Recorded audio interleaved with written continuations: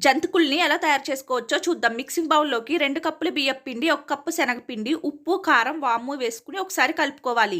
ఏ కప్పుతో అయితే పిండిని మెజర్ చేసుకున్నామో అదే కప్పుతో 3 కప్పుల వాటర్‌ని గోరువెచ్చగా మరిగించుకుని పిండిలోకి కొద్ది కొద్దిగా యాడ్ చేసుకుంటూ కలుపుకోవాలి. ఇక్కడైతే నాకు 2 కప్పుల వాటర్ పట్టాయి. పిండి కొద్దిగా చల్లారిన తర్వాత ఈ విధంగా చేత్తో కలుపుకోవాలి. పిండి కన్సిస్టెన్సీ అనేది మీడియం కన్సిస్టెన్సీలో ఉండేటట్టు కలుపుకోవాలి. ఇప్పుడు జంతికలు వేసుకోవడానికి ఈ విధంగా స్టార్ ఉన్న ప్లేట్ని తీసుకుని జంతికలు గొట్టానికి ఫిక్స్ చేసుకోవాలి. జంతికలు గొట్టానికి ఆయిల్ని ఒకసారి అప్లై చేసుకుంటే సరిపోతుంది. ఇప్పుడు కొద్దిగా పిండిని పెట్టుకుని ఈ విధంగా జంతికల్లా చుట్టుకోవాలి.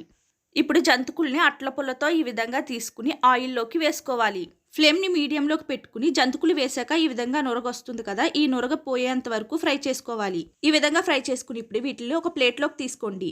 జంతికలు గొట్టంలో ఉన్న పిండిని తీసుకుని మళ్ళీ పిండిని పెట్టుకుని అట్ల పుల్లతో జంతికల్ని తీయడం కష్టంగా అనిపిస్తే ఈ విధంగా ప్లేట్ పైన చుట్టుకుని ఆయిల్లోకి వేసుకోండి.